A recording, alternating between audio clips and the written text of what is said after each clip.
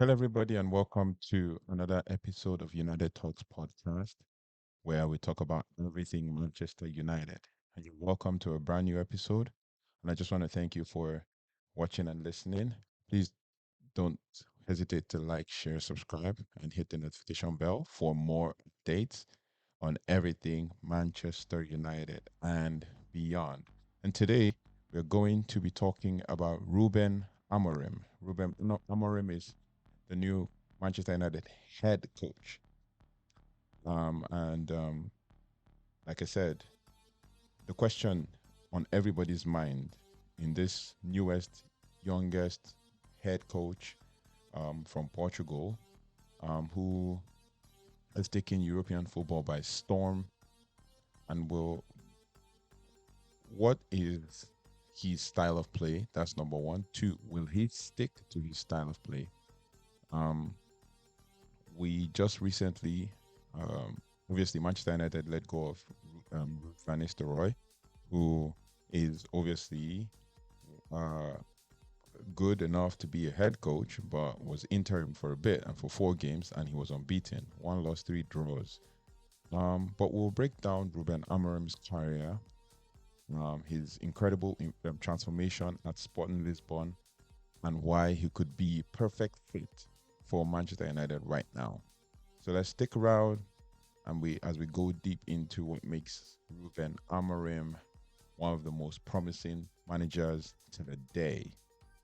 So let's rewind back a little bit to where it all started for Ruben. As a player, Amorim might not have been the glamorous, um, most glamorous name in Portugal, um, especially at national team level and even in Benfica, where he spent most of his career playing soccer, playing football, as case may be.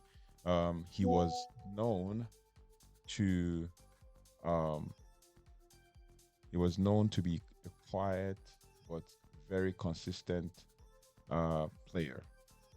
He ensured that a lot of things were going smooth consistently in the midfield, and he was disciplined, as the case may be. He was disciplined, neat, effective, and he wasn't flashy like Ronaldo or Deco or current day midfielders like Bernardo Silva and Bruno Fernandes. But he made an impact being a solid team player. I remember those days when he would come in as a substitute. Very, you know, calm guy, neat and tidy. This unassuming, reliable style is something that would later shape his managerial career and managerial philosophy focused on discipline and putting the team first. And obviously, it has been said and widely reported that in 2017, after he retired, he didn't waste time jumping into coaching. Interestingly, he actually spent some time at Manchester United learning from the best here. Um, and basically, the best at the time was Jose Mourinho, basically. After United's Europa League and League Cup victories under Jose Mourinho in 2017, Ruben took the opportunity to observe um, closely Mourinho's method, and it was his first exposure to high level coaching and would go on to influence his approach. His official coaching journey began at Casapia. So those are his first steps in coaching. His official coaching journey began at Casapia, a third tier Portuguese club. But he faced some challenges because he didn't have his coaching certifications at the time. And even so, his brief stint there was impressive enough that Braga invited him to join their coaching staff soon after. Within just a few months, he was put in charge of Braga's main team um, when Ricardo Sapinto was dismissed. Almost immediately, he led Braga to a historic victory over Porto in the Portuguese league, clinching their first trophy in 4 years. So he is a born winner. Very tidy midfielder as a player, but a born winner. And this was a breakout moment for Amorim as a coach, proving that he could bring results fast and handle the high stakes in matches. Um, Now this is where things really got started, especially when he moved to Sporting Lisbon. Um, After less than 3 months as Braga head coach, Ruben was offered the chance to lead Sporting Lisbon, and this was a controversial at the time, but interesting move for him. Sporting paid around 10 million euros to secure his signature, and he was at the time one of the um, highest coaching buyouts at that time. It was one of the highest coaching buyouts in football history, especially for someone so new to coaching, right? Fans were skeptical to say the least, but Sporting Lisbon had been through a rough few years, including dealing with multiple coaching changes with some players walking out after a violent incident involving the club's ultras. And it was said at the time that the ultras broke into the club and started to harass the players and all of that. Broke into the training ground and started to harass players. But and also they had um, a stretching losing streak that made the club feel like it was in chaos. To them, signing an unproven coach was like throwing money away. But as we'll see, and as to be, it turned out that it was the best investment they could have made.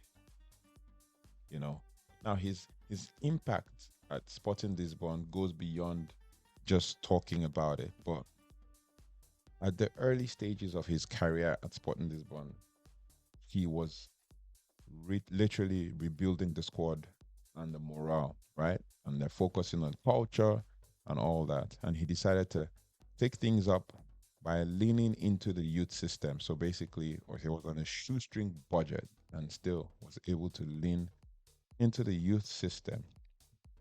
And he spent time off evaluating young talents, even after um, play was halted by the pandemic in 2020, especially in March 2020.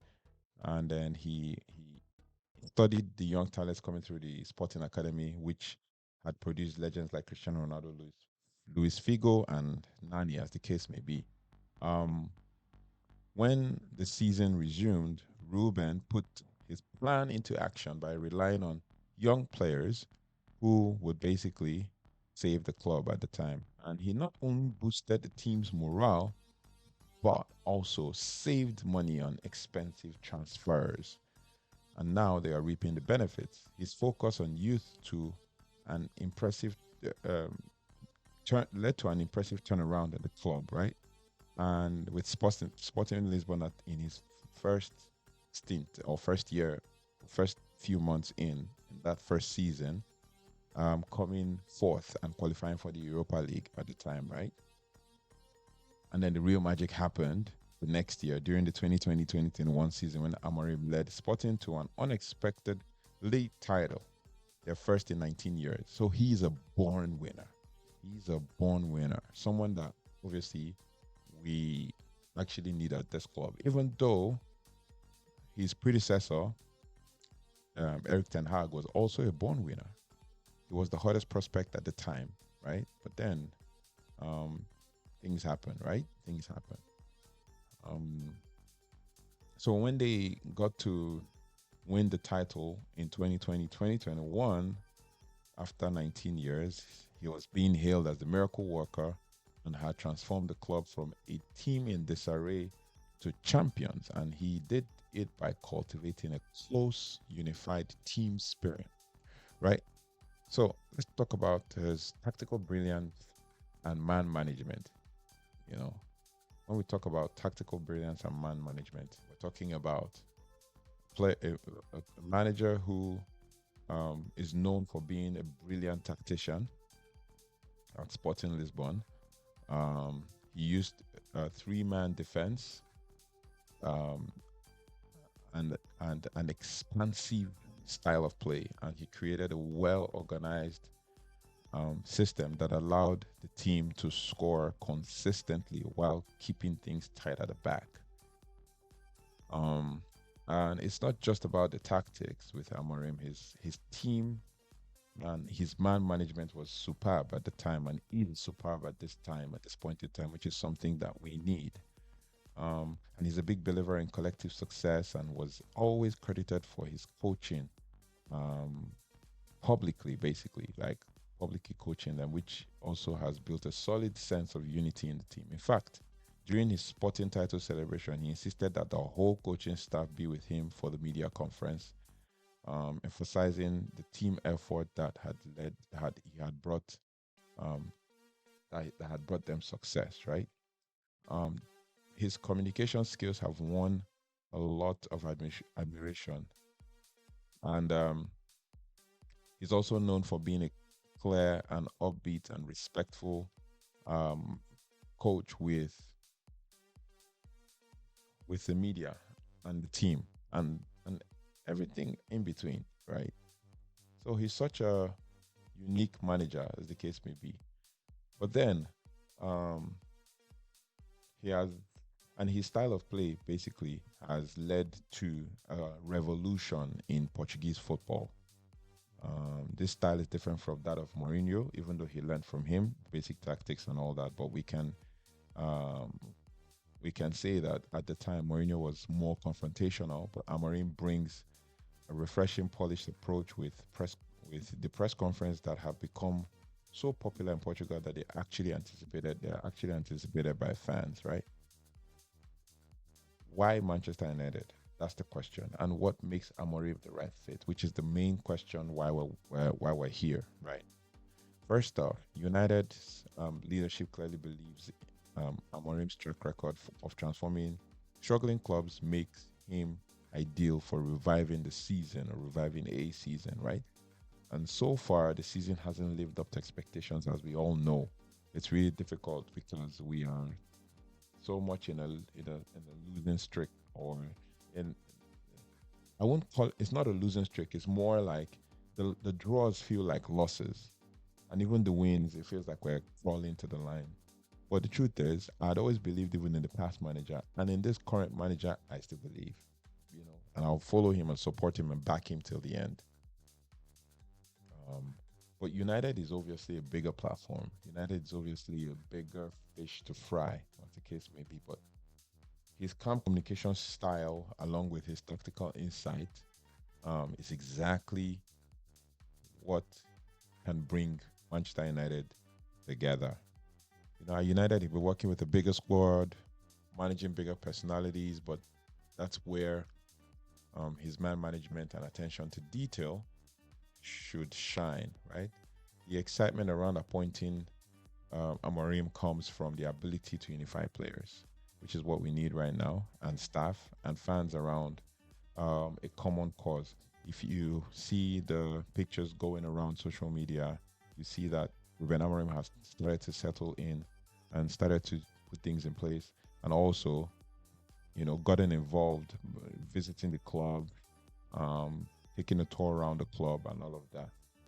But just like he did at Sporting, if he can harness um, United's potential and to create the same collective spirit, it will lead to um, something truly special, which is what we are excited about. But to sum this all up, Amorim's story is about resilience, talent, and leadership. Um, he's from an underrated he's from an underrated player to one of Europe's most respected young coaches, and he's inspiring, and his potential to bring change to Manchester United fans has fans buzzing, right? But the fans are buzzing with hope, and it's going to be a huge challenge. But Amorim has shown that he can handle adversity and to thrive. He's bedding himself in, meeting with the players, taking a tour around the club, and all of that. But my question to you guys is, what do you think? Can Amorim change things and be the one to bring United back to glory?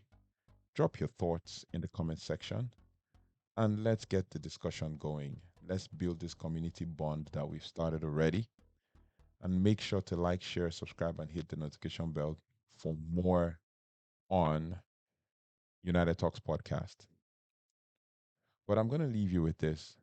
I, I would like for all of Manchester United fans to back this manager. And in as much as we're trying to back the manager, can we also try as much as possible to temper our expectations? Because the one thing that we don't want to do is get overly excited and then our bubbles will now burst. So let us temper our expectations and hope for the best and believe that Amorim would turn things around at Manchester United. Like I said, I want to know your thoughts, your feelings, and everything in between. Leave a comment in the comment section telling me what you think about Ruben Amorim as the new Manchester United head coach. Thank you very much for watching. Have a good one. God bless you. Take care. Bye bye.